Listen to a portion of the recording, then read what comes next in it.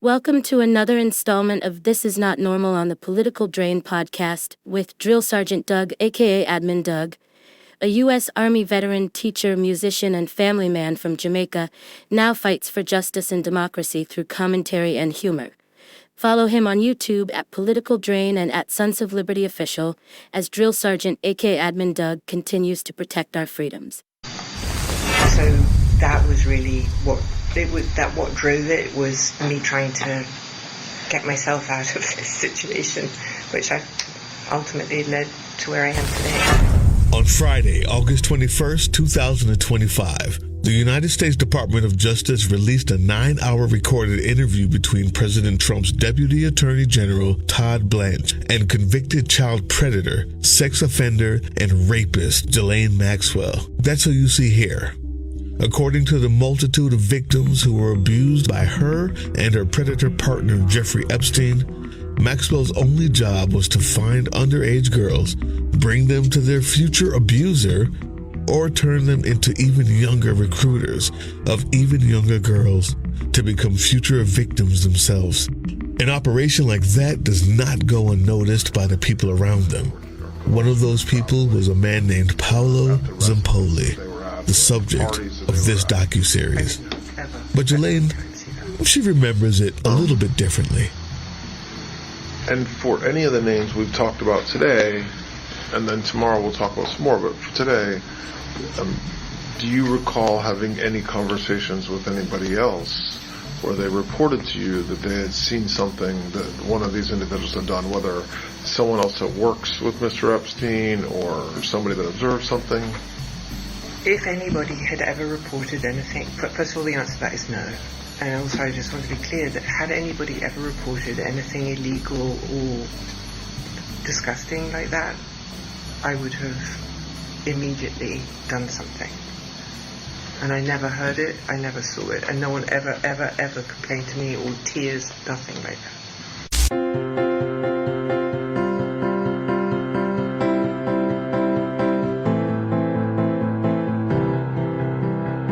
On the 22nd, MSNBC dedicated the whole day to covering the DOJ's release of Ghislaine Maxwell's recordings and transcripts, discussion and analysis of the recordings, panels and commentary across the network.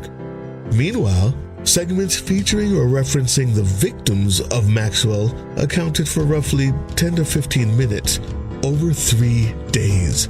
Often in the form of short taped statements or anchor summaries rather than extended actual interviews. And on Fox News, the only victim they found was Ghislaine Maxwell, if they even covered it at all. It seems to me that the only time the rich and the powerful believe women is when they're covering for the rich and powerful, but never when they're the victims of the rich and the powerful.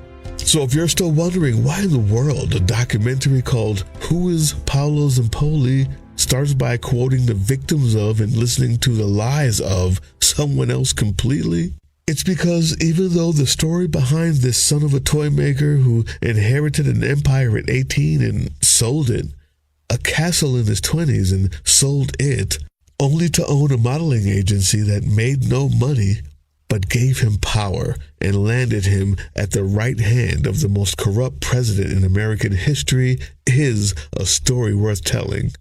But the answer to who is Paolo Zampolli won't mean anything until we as a society answer the more important question: who will we believe? We don't believe women. America doesn't believe women. The government doesn't believe women. Congress doesn't believe women. The justice system doesn't really believe women. Pam Bondi doesn't believe women. MAGA doesn't believe women. Most men I know don't believe women. But as an attack woman, because I have not been essayed to the point of penetration, but I have been essayed numerous times my entire life. My body has been essayed, and I have known women that are very close to my heart that have been violently essayed. And I think that what's most important and the takeaway that society needs to be focusing on, besides the guilty men, besides the list, is the guilt of society. Yeah, she's right. And that's Olivia Rose, a journalist who's worked with some of the most well-known independent media networks to date. And she's the one who first asked us the question, who is Paolo Zampolli? Little did we know that our answer would end up being a 5-part docuseries, because it turns out that if you can provide people like Russell Simmons, the founder of Def Jam, a connection to business opportunities, or Kimberly Guilfoyle, a photo op that makes her feel like an actual important person. Am I a real boy? No. The rapper Offset with a luxury home, and Bill Clinton something. We're still not sure what it was yet. Anyway, if you can provide these things, no one will ever ask you a follow-up question when you admit that you and an entire modeling industry just turned the other way when you saw, quote-unquote, Epstein's girls recruiting other girls for crimes. Not even a follow-up question. So yeah, trying to find out who Paolo is like trying to figure out what's in the Subway sandwich that guy threw at the National Guard in D.C. No one asked. No one cared. We were all just so happy to see it and be entertained by it that little detail was simply not important. So we started digging, and unfortunately in this world, that little unimportant detail happens to be little girls and little boys without money, but happen to be really, really pretty. Like, when did we allow the fashion model industry to turn babies into auction pieces on pageant stages, and inappropriate photo shoots pass as art? Take a look at that child and notice what it says on her leotard. Look of the Year Incorporated. And that was televised and accepted by adults everywhere. You know who owned Look of the Year Incorporated? Nope, not Zampolli. President Donald J. Trump. What Zampolli did was turn away and let it happen because we, the people, showed him that exploitation of human beings is pretty much one of those little unimportant details, as long as we were being entertained. I think it's time we change that and no longer accept putting our heads in the sand or turning a blind eye. So this episode is all about asking the questions. Let's go. We invited Olivia Rose for an interview to find what started all of this. What does she know? And where are the gaps? Because if we're going to start answering questions, we need to make damn sure we're asking the right ones to begin with. How did you stumble upon this name? What piqued your interest about this guy? Well, damn acute pattern recognition, right? So I spend a lot of time scrolling the news and just different timelines, trying to see what's salient, what's popping during the day. And there was a photo that was posted on Twitter that was of Trump, Melania, and some other woman, and Zampolli. And all of a sudden it just triggered a reaction, because I remembered I had seen that man with other people that were involved in the Epstein world, right? And so I just kind of thought, weird. And so I looked him up online and I was like, weird. There's a lot of holiday pictures with him and Trump and Melania. Really, but I've always been kind of a little geeking out on politics. It's my soap opera. And so then I looked, and then I was like, I don't know the story about how Melania and Trump have met. So I kind of looked it up. And it was interesting because I had originally heard the story, remember when I read the story, I remembered that Michael Wolff made a statement about how Epstein had introduced Melania and Trump. Right. But then the headline during that same time period, because it all kind of happened like this in my head, and then I'm like, what? These are just internal conversations that are happening.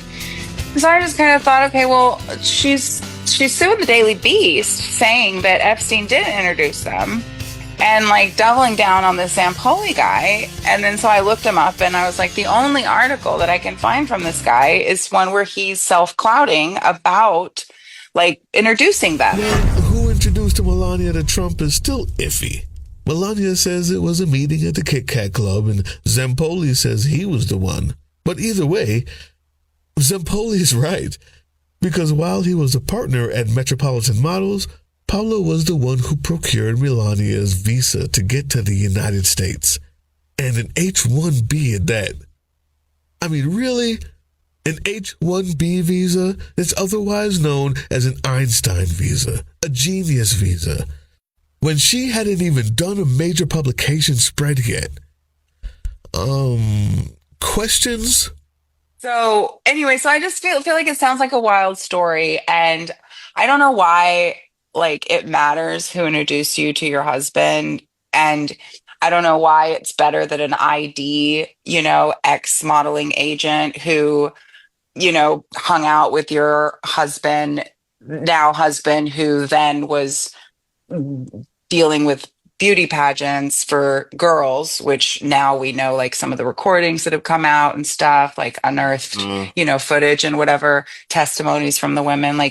If we just believed women, we wouldn't be asking these questions, right? But I just wonder, who's the guy that introduced them? They're super friends. He was a real estate agent. He worked for the Trump organization. And here's another one. How does one go from being an agent for models who barely get booked, and that's Vanity Fair saying that, not me, to becoming a real estate agent for the wealthy and the connected? Well, it might have something to do with the court filings we've uncovered that seem to suggest, and in some cases straight up accuse Zampolli and all of the other model agencies attached to him, to include Trump models. Ding. They weren't hiring models for the purpose of representing them, but more for the purpose of keeping them captive in buildings that they now somehow own, and then trading them for favors, or in Zampoli's case, power. Maybe. Maybe not.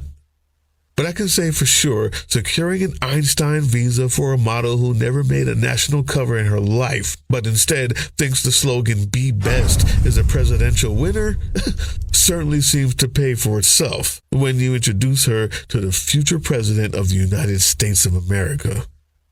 Just saying. When did you find out in asking that question that he had this agency? Was that a part of... It's just part of his bio. It's just part of his bio. You with AI, it's really easy to just kind of get a bio on somebody really quickly and then fact check it. And it's just, there's more questions than answers that I have, I would say. And the only people who know the answers are women who modeled in the 90s and early 2000s. Yeah. Once I have the freedom to say, my tongue will lose its power. Since my poems strive to break the walls that cut off people's voices, they become drills and hammers. But I will be silenced.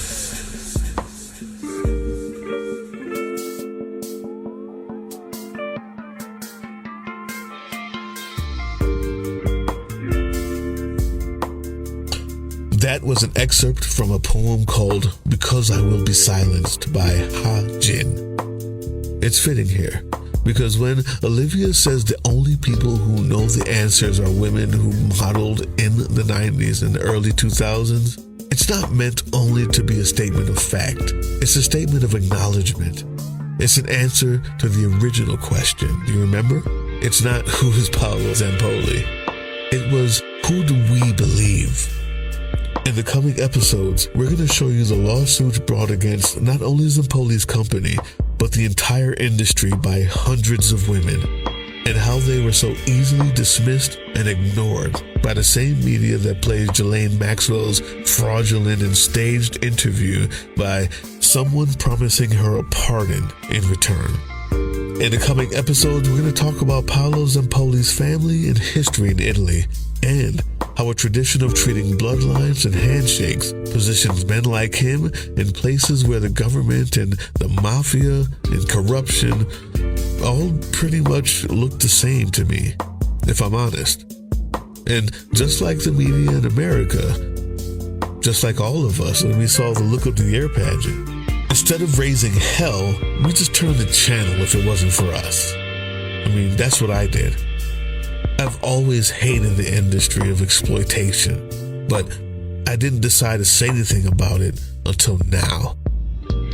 When Olivia says the only people who know the answers are women who modeled in the 90s and early 2000s, it's not meant only to be a statement of fact. It's an invitation.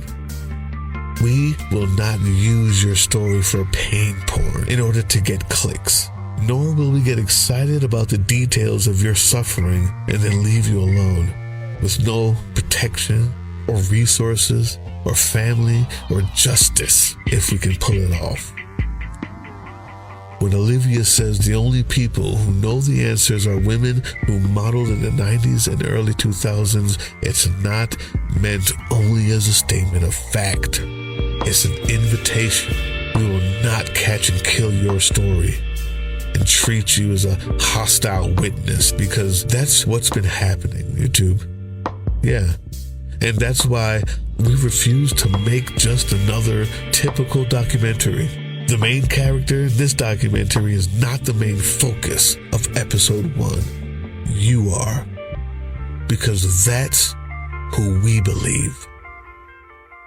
Like, okay, I'm a journalist. Like, I have a BA in journalism. And so catch and kill is basically something I experienced being a rape survivor advocate in a foreign country that fights fascism, Mexico. It's a democracy, but really we're kind of fascist. Wow. And so there's just not very much justice. There's a lot of open bribery. And it also happens in the United States. Like, Brock Turner is like seared into my brain forever because he, raped a woman behind a dumpster, and it was just seared into my brain forever because the judge made an excuse and was like, he's a young man and he made a mistake and it shouldn't define the rest of his life, right? So it's not just a culture and in non-quote first world countries or whatever. It's in every college it's a culture everywhere, and it's on every college campus. It's in every patriarchy.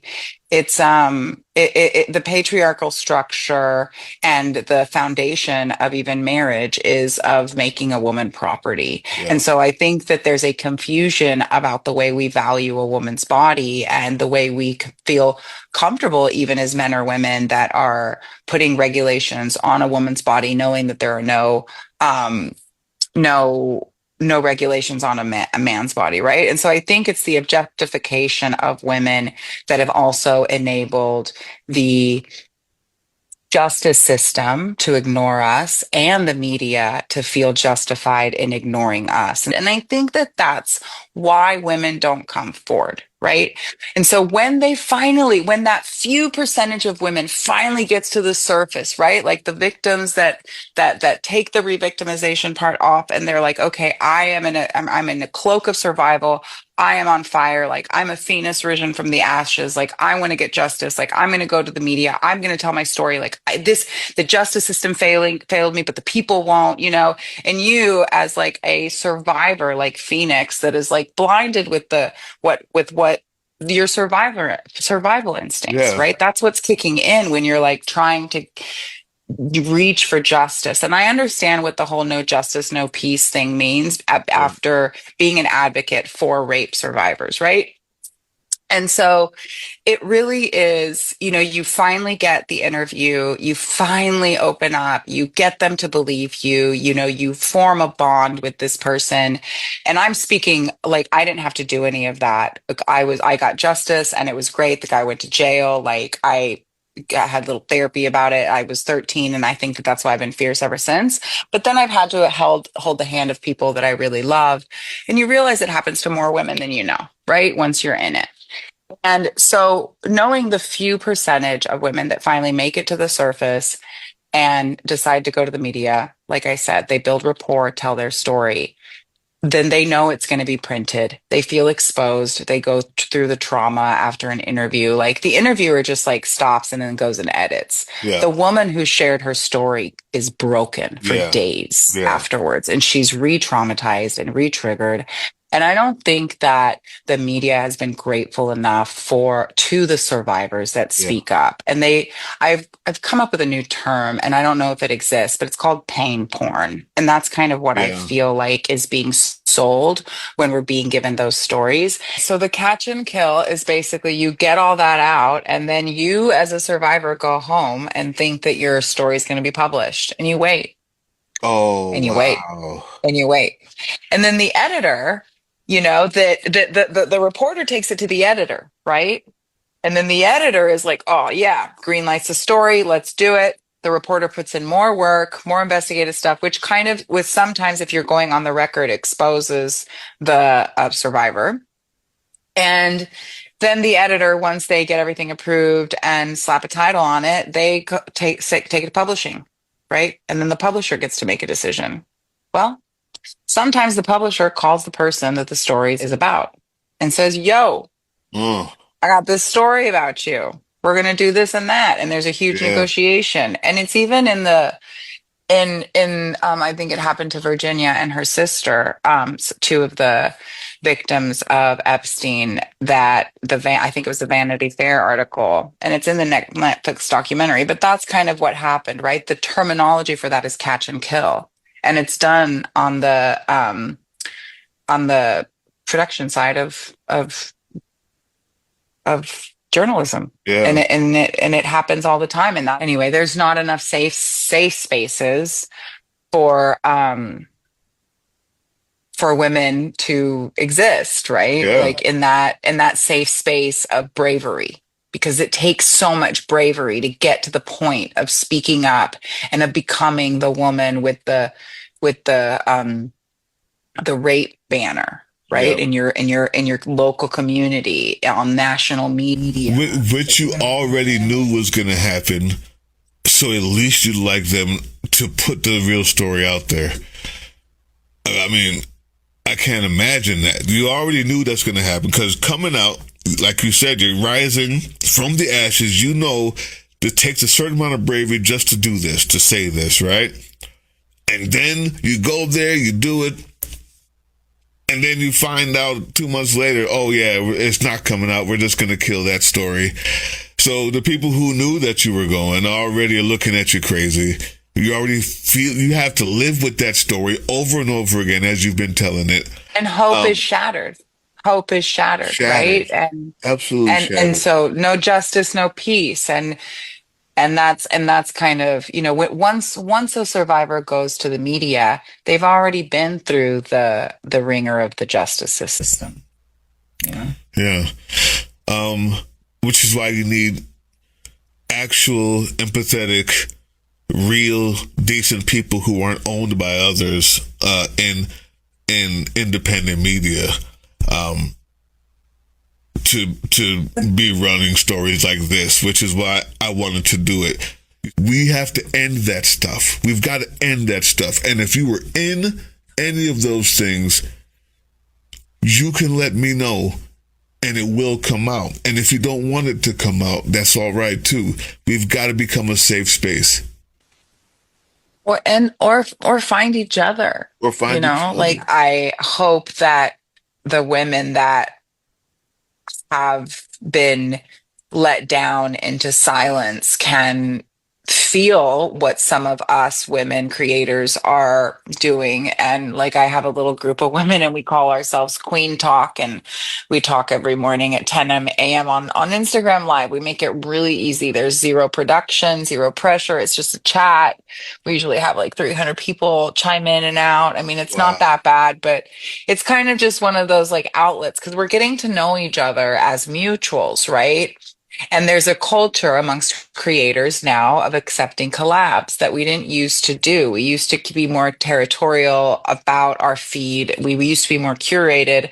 But now that we're trying to fight against the MAGA regime and fascism is like upon us, we've all kind of like I mean, I messaged people. Rosie O'Donnell, accepted a collab from me. So like, I mean, it's Wow. like you never know because like we're all Americans, right? Yeah. And the ones that have the light on understand what we're doing and they'll recognize greatness. And so like, I mean, if I may just like plug creators, like find your voice and like become like post it, whether you're a survivor or a fighter or an ally or um, part of a marginalized group, like whatever you are, there's a place for you in this resistance, and you will give more people than you know hope.